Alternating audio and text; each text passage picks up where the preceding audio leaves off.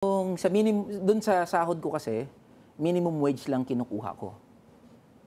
The rest, ibinibigay doon sa, by bigay, we mean, pinupool yan. Tingnan mo Doon na. sa mga organizers namin. Your salary is around 300,000 Yes. gross.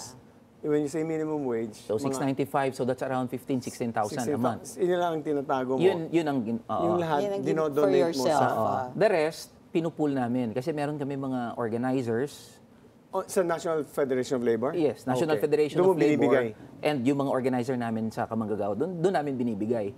Plus, meron kasing mga kaso, karamihan yung mga manggagawa may kaso yan eh. Correct. Mga illegal dismissal. Illegal dismissal. Pagpupunta ng DOLE, NLRC yan, walang pamasahe.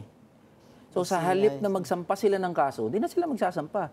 Kasi wala nga kaming pamasahe, wala kaming pangkain. So ang ginagawa namin, sige, eto pamasahe, eto pangkain, mag-file kayo ng kaso. Sasamahan namin kayo, we will support you.